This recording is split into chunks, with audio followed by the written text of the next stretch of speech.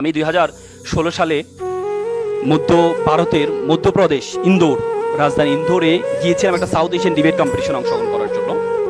আসার পথে আমাদের মুম্বাইতে ট্রানজিট হয়েছিল। মুম্বাইতে আমি একটা চিড়িয়াখানা দেখতে গেলাম, ডারউইন চিড়িয়াখানা। ডারউইন চিড়িয়াখানা আমি একটু দেখার জন্য গেলাম, দেখি যে 3টা মূর্তি বড় বড় মূর্তি দিয়ে আছে। দেখলাম যে একটা মূর্তির 2 চোখে হাত, আরেকটা মূর্তি মুখে হাত, আরেকটা মূর্তি দেখলাম 2 কানে হাত। তো নিচে দিয়ে হিন্দি ভাষা লেখা আছে, আমি বুঝতে পারছি না কি লেখা। আমি জিজ্ঞেস করলাম এখানে কি লেখা আছে। বললো যে এখানে লেখা আছে 2 চোখে হাত মানে আমি খারাপ কিছু দেখবো না, আর মুখে 2 হাত মানে আমি খারাপ কিছু বলবো না, আর কানে 2 হাত মানে আমি খারাপ কিছু শুনবো না। আমার এই শিক্ষাটা খুব দাগ কেটেছিল। আসলে তো সত্য, তুমি যদি খারাপ কিছু না দেখো তাহলে তুমি কিন্তু খারাপ কিছু বলবাও না, আর তুমি যদি খারাপ কিছু না বলো তাহলে কিন্তু তুমি খারাপ কিছু শুনবাও না। সেখানে দেখলাম আরেকটি বানর ধরার প্রক্রিয়া, একটু আগে অতিথি বলেছিলেন যে বানর ধরার প্রক্রিয়া দেখাচ্ছিল।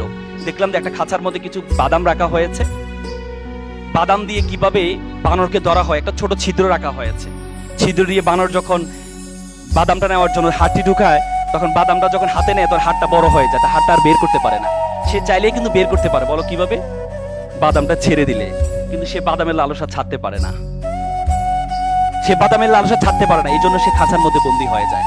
তোমাদের লাইফে এরকম অনেক বাদাম আছে। Adda is one kind of badam, Facebook is one kind of badam, smartphone is one kind of badam, serial is one kind of badam. সে বাদামের লালসা যদি তোমরা সার্টেন টাইম না ছাড়তে পারো তাহলে তোমরা বানরের মতো খাঁচায় ঢুকে যাবা। এপিজ আবুল কালাম বলেছে, প্রজাপতির পিছনে ঘুরিও না, ফুলের চাষ করো, প্রজাপতি তোমার পিছনে ঘুরবে। কেন প্রজাপতির পিছনে তুমি ঘুরছো? ফুলের চাষ করো, দেখো সকল প্রজাপতি। তুমি ফেসবুকে লাইকের পিছনে ঘুরছো, বন্ধুকে মেসেজ দাও, বন্ধু একটা পোস্ট দিয়েছি তুই তো লাইক দিলি না।